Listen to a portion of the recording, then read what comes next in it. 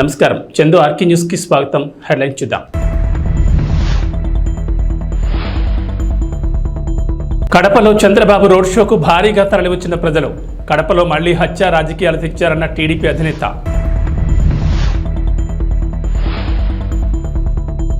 వైసీపీని అధపాతాళానికి తొక్కేయాలి పవన్ కళ్యాణ్.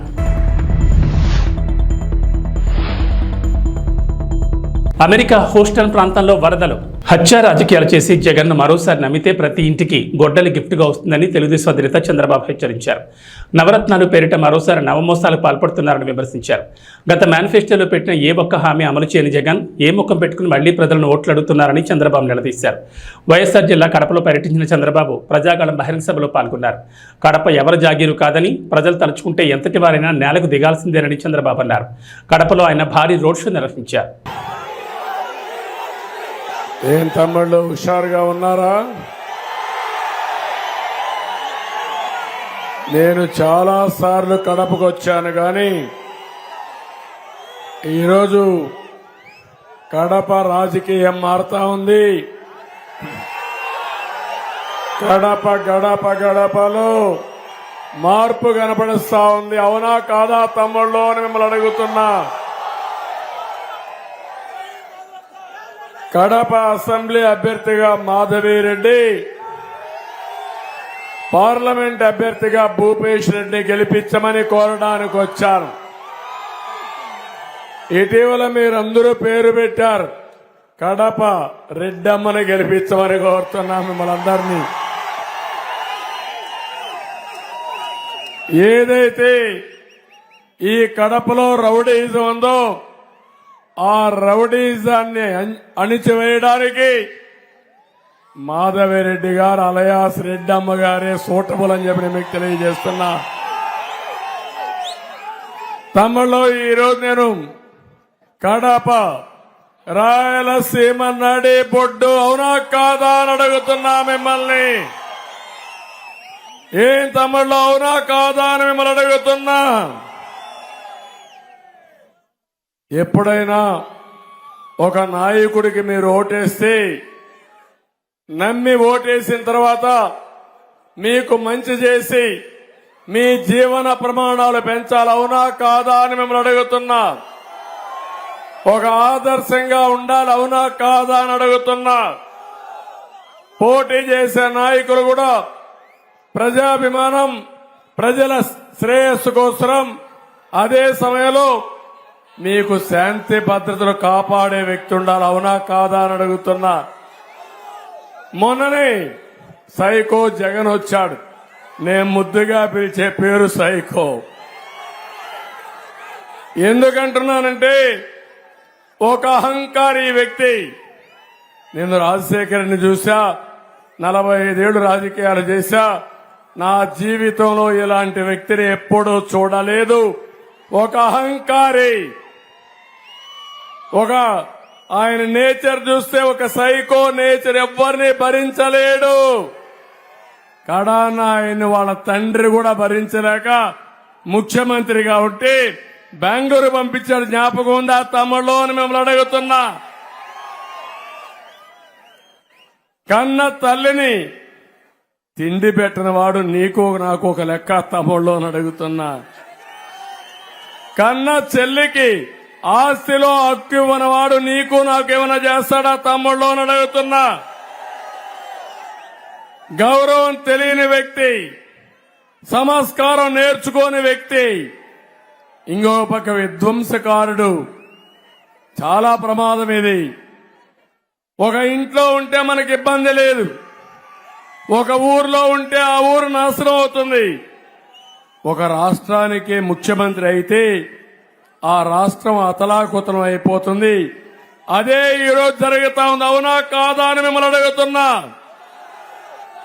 ఇంకో పక్క ఒక దోపిడీదారుడు, ఒక బందిపోటుతనం, మొత్తం సంపదంతా అతనికే కావాలి. మీరు చూడండి, ఇంతవరకు నా జీవితంలో ఎప్పుడూ చూడలేదు ఇంత బరిదెగించిన వ్యక్తిని. శాండ్ ఏం తమ్ముళ్ళు మొత్తం దోచేశాడా లేదా అని అడుగుతున్నా. ఇప్పుడు మీ బాధ్యత ఒక్క మాదిగ ఓటు కూడా జగన్ కు పడకూడదు. మీరు అడగాలి. తెలుగుదేశం ఎన్డీఏ వర్గీకరణ చేస్తా అన్నారు. నీ సమాధానం ఏంటని అడగండి.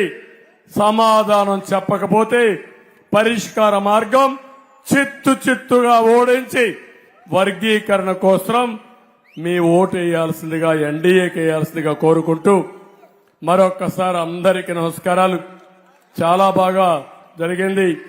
ఈ మీటింగ్ జయప్రదం చేసిన మిమ్మల్ని అందరినీ మనస్ఫూర్తిగా అభినందిస్తూ అందరికీ నమస్కారం చెప్తూ, ఇప్పుడే గోవర్ధన్ రెడ్డి గారు ఒక 5 లక్షల రూపాయలు పార్టీకి విరాళంగా ఇచ్చాడు. చాలా సంతోషం. వారిని మనస్ఫూర్తిగా అభినందిస్తున్నా. మీరు కూడా ఓటు, దానికి కావాల్సిన ఆర్థిక సహాయం కూడా చేయాలి. ఇప్పుడు మా భూపేష్ రెడ్డి ఉన్నాడు, ఆయన దగ్గర ఏం డబ్బులు లేవు. ఆయన బండి నడపాలంటే మీరు కూడా ముందుకు రావాలి. మీరు కష్టాల్లో ఉన్నారు, మీ ఆదాయం లేదు, వ్యాపారాలు పోయినాయి, చిన్న వ్యాపారాలు పోయినాయి, రైతులు దెబ్బతిన్నారు, ఉద్యోగస్తుల జీతాలు రావడం లేదు, అన్ని ఇబ్బందులున్నాయి. మళ్ళీ అన్ని కూడా మనం సెట్ చేద్దాం. మీకు మనో నిబ్బరం కావాలి, మనో సంకల్పం ఉండాలి. అందరి మాట ఒకటే, ఈ రాష్ట్రాన్ని కాపాడుకుందాం, మన పిల్లల భవిష్యత్తుని చూద్దాం. మీరందరూ కూడా మరొక్కసారి 10 రోజులు మీరు కష్టపడండి.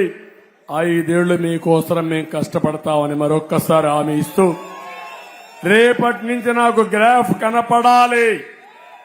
ఈ కడపలో కడప రెడ్డమ్మ గ్రాఫ్ పెరగాలి.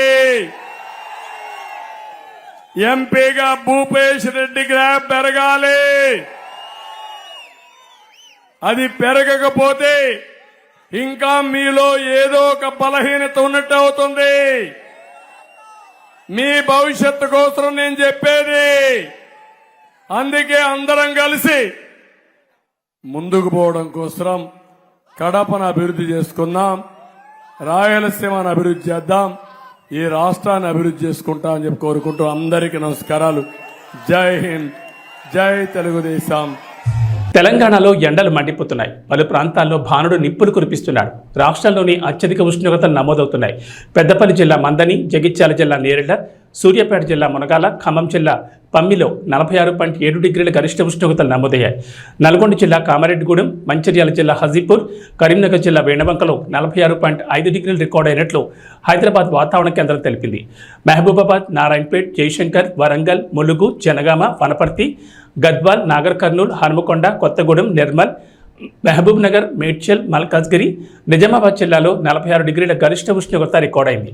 కొమరంభీం, సిద్దిపేట, భువనగిరి, వికారాబాద్, కామారెడ్డి, రాజన్న సిరిసిల్ల, రంగారెడ్డి, ఆదిలాబాద్, మెదక్, సంగారెడ్డి జిల్లాలో 45, హైదరాబాద్లో 44 డిగ్రీల గరిష్ట ఉష్ణోగ్రత నమోదైంది. రోజురోజుకి పెరుగుతున్న ఉష్ణోగ్రతలతో ప్రజలు ఉక్కిరిబిక్కిరవుతున్నారు. మధ్యాహ్న సమయంలో ఇళ్ల నుంచి బయటకు రావాలంటే జంకిపోతున్నారు. కూటమి ప్రభుత్వం ఏర్పడ్డాక ఉద్యోగులకు మెరుగైన పీఆర్సీ అందించి సకాలంలో జీతాలు, పెన్షన్లు, ఇతర అన్ని ఆర్థిక ప్రయోజనాలు చెల్లిస్తామని టీడీపీ అధినేత చంద్రబాబు హామీ ఇచ్చారు. ఈ మేరకు ఉద్యోగులు, పింఛనర్లు, టీచర్లకు బహిరంగ లేఖ రాసిన ఆయన ఉద్యోగులకు ఏ ప్రభుత్వం ఏం చేసిందో వివరిస్తూ నాడు నేడు అంశాలను ప్రస్తావించారు. వచ్చే ఎన్నికల్లో ఆలోచించి నిర్ణయం తీసుకోవాలని కోరారు. ఎవరికి ఉద్యోగుల సంక్షేమ ప్రభుత్వం, ఎవరిది ఉద్యోగుల అణచివేత ప్రభుత్వం గుర్తించాలన్నారు. గత 5 ఏళ్లుగా ఉద్యోగులు ఎదుర్కొంటున్న అనేక సమస్యలు, ఇబ్బందులను కళ్లారా చూశానని చెప్పారు. నెలల తరబడి జీతాలు రాక, ఆర్థిక ఇబ్బందుల వల్ల ఆత్మహత్యలు చేసుకున్న ఉద్యోగ కుటుంబాల దీనకథలు చూసి చలించిపోయినట్లు తెలిపారు. హక్కుల కోసం ఉద్యమించిన ఉద్యోగులపై కక్ష సాధింపు చర్యలు చేపట్టారని పేర్కొన్నారు.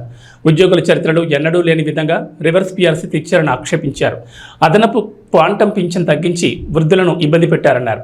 వారం రోజుల్లో సిపిఎస్ రద్దు చేస్తామని మోసగించారని తెలిపారు.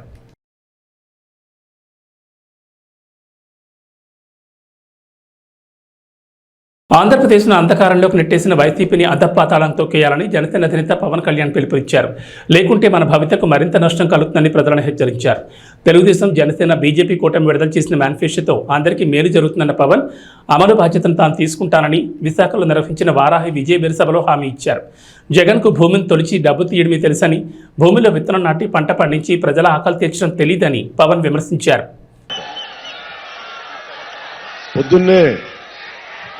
ఇందాక సాయంత్రం పాలకొండ నియోజకవర్గానికి వెళ్ళి నిమ్మకాయ జయకృష్ణ గారని, కొత్తపల్లి గీత గారని వారికి చేసి వచ్చా, ప్రచారం చేసి వచ్చా. ఒకటే అనిపించింది అక్కడ, మన ఉత్తరాంధ్ర వైజాగ్ అన్న, ఉత్తరాంధ్ర అన్న నాకు చాలా ప్రాణం, చాలా నటన ఇక్కడే ఓనామాలు దిద్దుకున్నాను. సో నాకు తమ్ముళ్ళు ఒక పాట గుర్తొచ్చింది పాలకొండలో.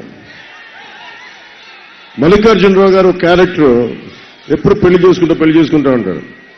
మన ఉత్తరాంధ్ర పాట వైజాగ్లో నేను ఇక్కడ యాక్టింగ్ నేర్చుకుంటున్నప్పుడు శిక్షణలో ఒక పాట గుర్తొచ్చింది.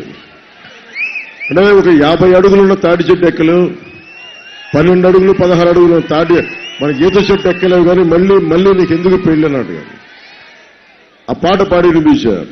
ఒకటి, ఉత్తరాంధ్ర అంటేనే ఆట పాట పొలం పని సముద్రం సైనికుడు. ఇది నా మాటలు కాదు, సిక్కోలు 6 ప్రాణాలని చెప్పి ఒక రచయిత రాసినాయి. ఆట పాట పొలం పని సముద్రం సైనికుడు, ఇది ఉత్తరాంధ్ర 6 ప్రాణాలు. ఇది సో వాటి గురించి గుర్తొచ్చి మాట్లాడుతా, ఆట పాట అంటే గుర్తొచ్చింది. అంటే తాడి సెట్టెక్కనేవు, తాడి కళ్ళు తెంపనేవు, ఈత సెట్టెక్కనేవు, ఈత కళ్ళు తెంపనేవు, తాడి సెట్టెక్కనేవు, తాడి కళ్ళు తెంపనేవు, ఈత సెట్టెక్కనేవు, ఈత కళ్ళు తెంపనేవు, మళ్ళీ ఓ మళ్ళీ నీకెందుకురా పెళ్ళి, ఓ మళ్ళీ నీకెందుకురా పెళ్ళి. పాట నేను మిమ్మల్ని సినిమాల్లో పాడానని చెప్పడానికి చెప్పట్లా, మళ్ళీ ఓటు అడగడానికి జగన్ వస్తున్నాడు, అందుకని మళ్ళీ ఆయనేమో నువ్వు తాడి చెట్టు ఎక్కలేవు, ఈత చెట్టు ఎక్కలేవు అన్నావు. నువ్వు సిపిఎస్ రద్దు చేయలా, ఫీజు రీఎంబర్స్మెంట్లు చేయలా, డిఎస్సి నోటిఫికేషన్ ఇవ్వాలా, ఇలా మహిళలకి ప్రాణరక్షణ కల్పించలా, అడ్డగోలుగా సముద్రం మొత్తం మత్స్యకారులకి నిలబడలా, ఇక్కడ కూర్చోబెట్టి అడ్డగోలుగా వేలాది ఎకరాలు దోచేశాం, భూముల్ని రక్షించలా. మనం మళ్ళీలాగా మళ్ళీ మన జగ్గుబాయికి ఎందుకే నీకు ఎన్నికలు, ఎందుకే ఓటులు. సో మన మళ్ళీకి చెప్పండి, వైసీపీ మళ్ళీకి నీకు ఎందుకే పెళ్లి, మళ్ళీ చాలా చాలేదు. ఉత్సాహం ఉంది కదా. నేను మీ భవిష్యత్తు కోసం మాట్లాడుతున్నా. నాయకత్వం అంటే ఒక తరం కోసం ఆలోచన ఇవ్వడం. నేను ఎప్పుడు కూడా సినిమాలో ఉన్నప్పుడు ఒక్క ఫ్యాన్ క్లబ్ నేను పెట్టలా, ఒక్క సినిమా ఫంక్షన్ నేను కూర్చోబెట్టి నా సినిమా చూడమని నేను చెప్పలా. నేను చదువుకుంది నాని పాల్కి వాళ్ళని చదువుకున్నాను. నేను చదువుకుంది ఒక లోక్ నాయక్ జయప్రకాష్ నారాయణ చదువుకున్నాను. అంబేద్కర్ గారు మనకి రచనలు చదివాను, వ్యాసాలు చదివాను, history, social sciences, political history, biographies, సాధారణ మనిషి కష్టాలు ఎలా ఉంటాయో చదివాను. ఒక నోమ్ చోమ్స్కీ చదివాను.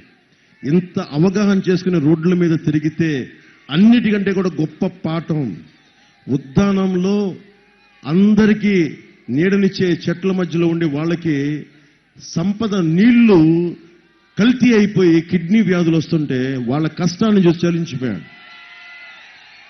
అందరం పక్కనే ఉన్నాం, వెళ్ళి మాట్లాడితే ఆ రోజున అదృష్టవశాత్తు చంద్రబాబు గారు కూడా కొంచెం ఆలోచించి బలమైన నిలబడే వ్యక్తి కాబట్టి పబ్లిక్ పాలసీకి ఆయన స్పందించారు. ఈ రోజుకి మనం తాగునీటికి ఇబ్బందులు పడతా ఉన్నాం, నీరు కల్తీ అయిపోయింది, సాగునీటికి సమస్యలు ఉన్నాయి. సముద్రం అనేది సంపద.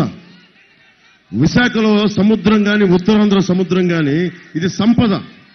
ఈ సంపద ఒకప్పుడు బ్రిటిష్ వాళ్ళు మొత్తం వాళ్ళ నేవల్ ఫోర్స్ తోటి ప్రపంచాన్ని ఆక్యుపై చేశారు. సముద్రం అంటే సంపద. కానీ అలాంటి సముద్రం చెత్త కుప్పలా చేసేశారు అందరూ. మనకి పరిశ్రమల్లోని వ్యర్థాలు అన్ని సముద్రంలోకి వదిలేస్తారు, శుద్ధి చేయరు. కాలుష్యం ఉంది, బూడిద వచ్చేస్తుంది, ఎవ్వరూ పట్టించుకోరు. ఏదైనా మాట్లాడితే ఎవరికి సమయం లేదు. ఒక ప్రమాదం జరిగినప్పుడు, ఒక ఎల్జీ పాలిమర్ జరిగినప్పుడు బయటకు వస్తాం, విషవాయువులు వచ్చినప్పుడు బయటకు వస్తాం. నాకు కూడా చిరాకు ఉంది నా మీద. నేను ఒక రోడ్ల మీదకి వచ్చి మాట్లాడగలను, చేయగలను. కానీ నిజంగా నేను అసెంబ్లీలో ఫస్ట్ టైం ఎప్పుడు రిగ్రెట్ అయ్యానంటే, నన్ను గాజువాకలో గెలిపించున్నా, భీమవరంలో గెలిపించున్నారే, మన పాలిమర్స్ విషయంలో, ఎల్జీ పాలిమర్స్ విషయంలో గొంతినిపించేవాడిని. ఫీజు రీఎంబర్స్మెంట్లు రాలేదే, అరే యువత తాలూకు వేదనని వినిపించేవాడిని. అరే మత్స్యకారులకి సరైన భృతి ఇవ్వలేదు, అది వినిపించేవాడిని. వాళ్ళకి వలలు, బోట్లు కూర్చొని ఏమేమో అది వినిపించేవాడిని. రైతులకి మద్దతు ధర లేదు, అది వినిపించేవాడిని. 30,000 మంది పైచిలకు ఆడబిడ్డలు అదృశ్యమైపోతే వచ్చి ఒక్కొక్కరిని ఒక్క ఎమ్మెల్యేగా ఉన్న 151 మందిని చొక్కా పట్టుకొని నిలదీసేవాడిని అసెంబ్లీలో. అలా అనిపించింది. నేను ఈ రోజున కోరుకుంటుంది ప్రచారం.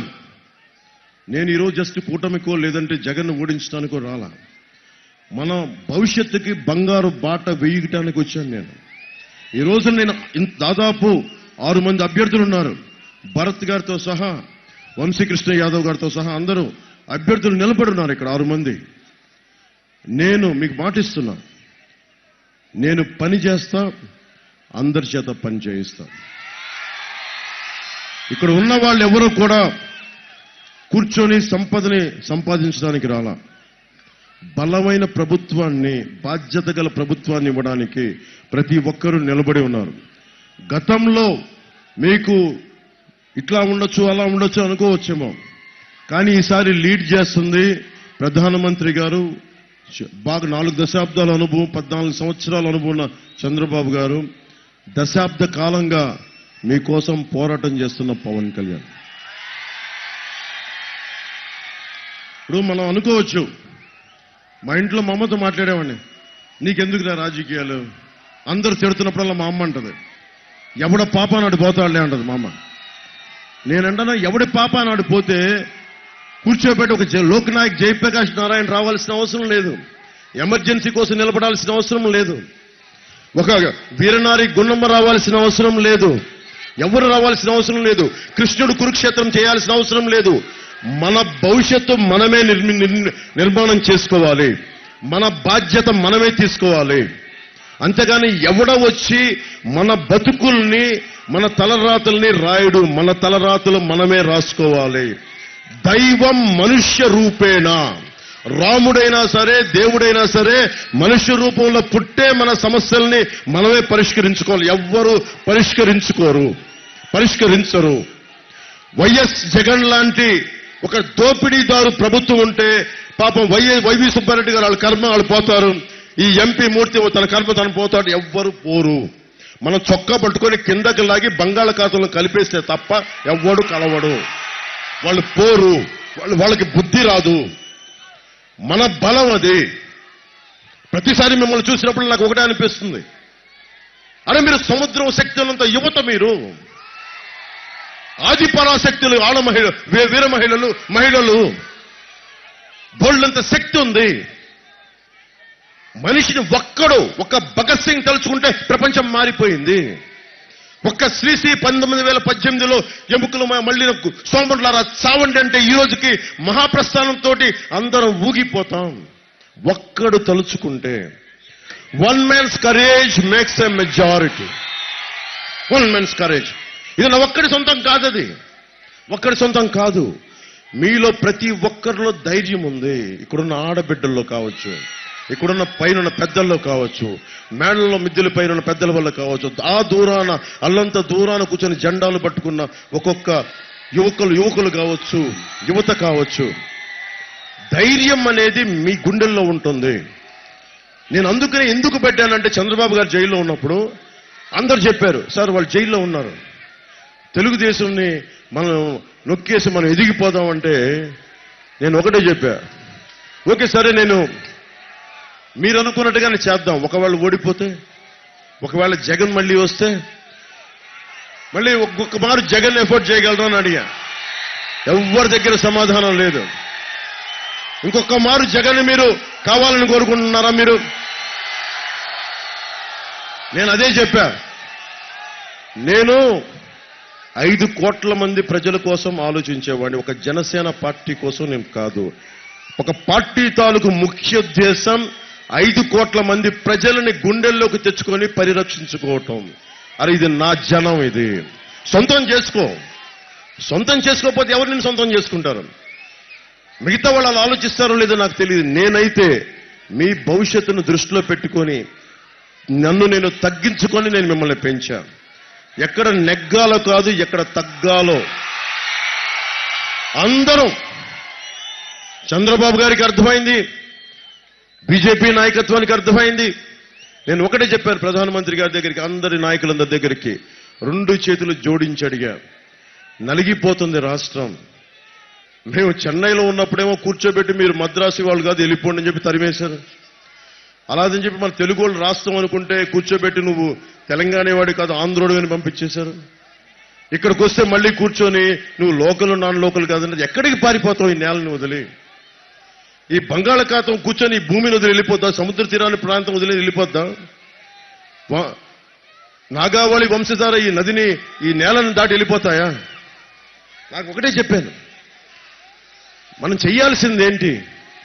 ఒక చెట్టు నీడనిస్తుంది, పండ్లు ఇస్తుంది.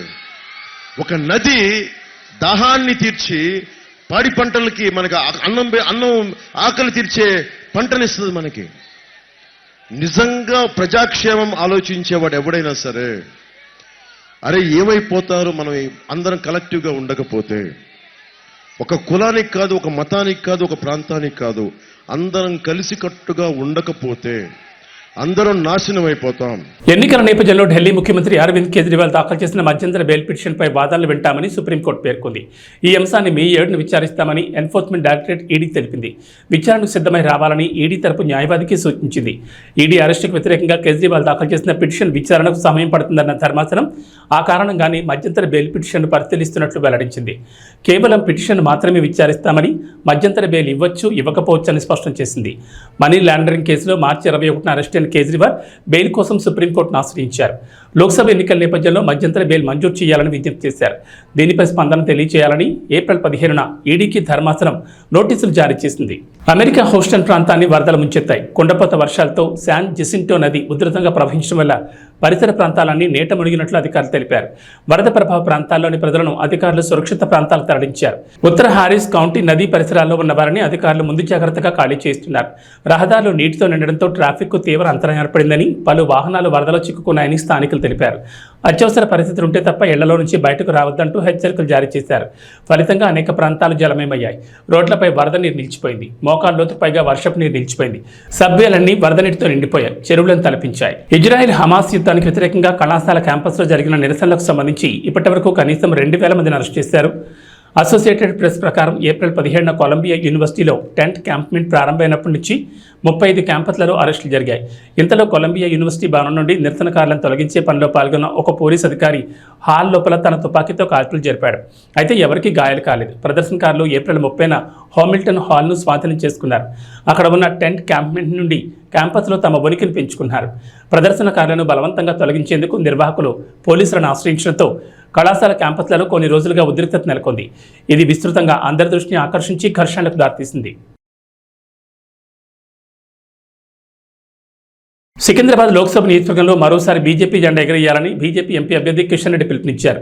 ఈ సందర్భంగా మాట్లాడుతూ ఈ నెల 5న ఉదయం 8 గంటల నుంచి రాత్రి 8 గంటల వరకు బీజేపీ బూత్ అధ్యక్షులు, బూత్ కోఆర్డినేటర్లు ప్రతి ఇంటికి వెళ్లి ఓట్లు అభ్యర్థించాలని సూచించారు. మోడీ ప్రభుత్వం తీసుకొచ్చిన సంక్షేమ పథకాలను వివరించాలన్నారు. 10న ప్రధాని మోడీ హైదరాబాద్ రానున్నారని, ఆ పర్యటనను సక్సెస్ చేయాలని పిలుపునిచ్చారు. ఎన్నికల ప్రచారంలో భాగంగా కిషన్ రెడ్డి శుక్రవారం రాత్రి సికింద్రాబాద్లో రోడ్ షో నిర్వహించారు. మాజీ గవర్నర్ తమిళిసై, సినీ నటుడు సాయి కుమార్ పాల్గొన్నారు. ఈ సందర్భంగా తమిళిసై మాట్లాడుతూ కిషన్ రెడ్డిని మరోసారి గెలిపించి పార్లమెంటుకు పంపాలన్నారు. దేశం భద్రంగా ఉండాలంటే మరోసారి మోడీని ప్రధాని చేయాలని కోరారు. కాంగ్రెస్ ఓటేస్తే ఎవరు ప్రధాని అవుతారో తెలియదని ఎద్దేవా చేశారు. నేను సికింద్రాబాద్ బిడ్డాను, నేను ఎప్పుడైనా మీ దగ్గరే ఉంటాను. ఇప్పుడు మనకు అతిథిగా వచ్చినటువంటి మన తమిళిసై సౌందరరాజన్ గారు మాట్లాడు.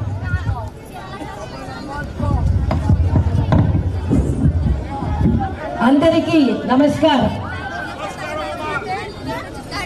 నా ఇక్కడ రావడం, మీ అందరూ కలవడం నాకు చాలా సంతోషంగా ఉన్నది. ఎవరికి ఓటు వేయాలి?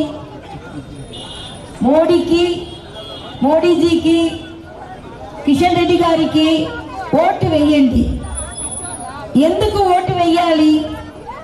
శుభ్ర పరిపాలన కోసం మోడీకి వేయండి.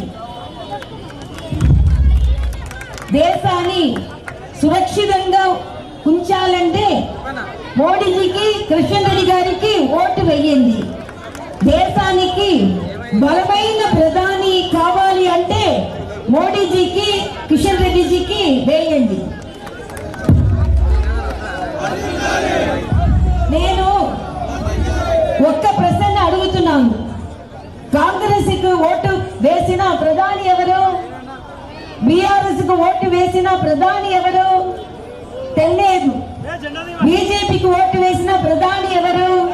బలమైన నాయకుడు మోడీజీ. బలమైన నాయకుడు మోడీజీ. సో యారికి వేసిన ఓటు? మోడీజీకి వేసిన ఓటు. ఇప్పుడు మీరు ఎవరికి ఓటు వేయాలనుకుంటున్నాను చెప్పండి.